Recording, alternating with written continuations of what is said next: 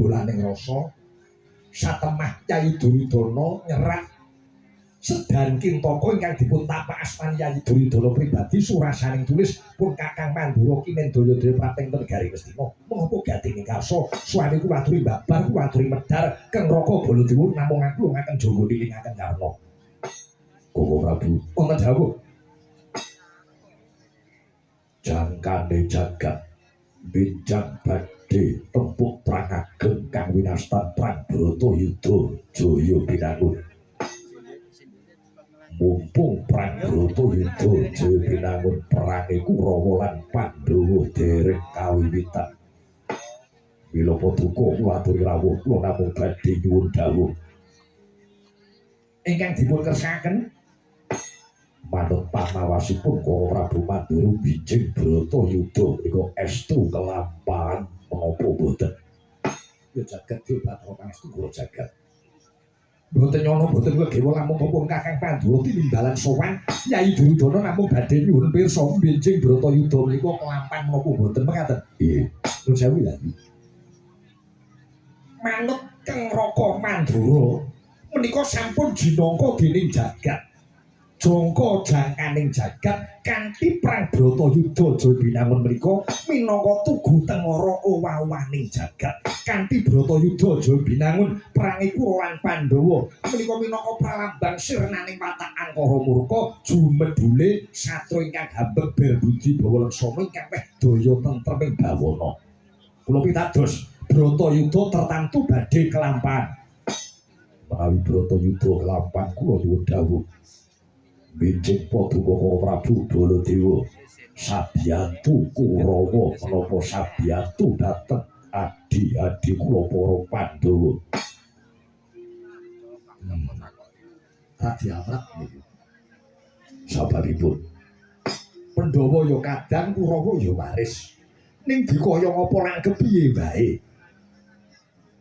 sineksen ing jagat benjing tepuking perang Bratayuda Jaya Binangun Baladewa boten badhe sabiyantu Pandhawa menika ingkang kula ati-ati ingkang kula atu-atu ning kula nggih boten sabiyantu Kurawa menika lho sababipun napa boten sabiyantu Kurawa nggih boten sabiyantu Pandhawa mestinipun Yayi Duryudana pirsa yen Pandhawa kuwi ya waris Kurawa ya waris padha-padha sedulur tapi to monggo kula aturi menggalih menawi nitik para Pandhawa menika atmajanipun Bibi Kunti Talibrata mestine Baladewa ampun dhateng para Pandhawa ning kosok balene menawi ningali Yayi Duryudana kelawan Baladewa menika sami-sami putra mantu Mandaraka kula lan panjenengan menika sami-sami putra mantunipun Kanjeng Rama Prabu Salyawati kudune Baladewa sabiyantu dhateng Yayi Duryudana Yayi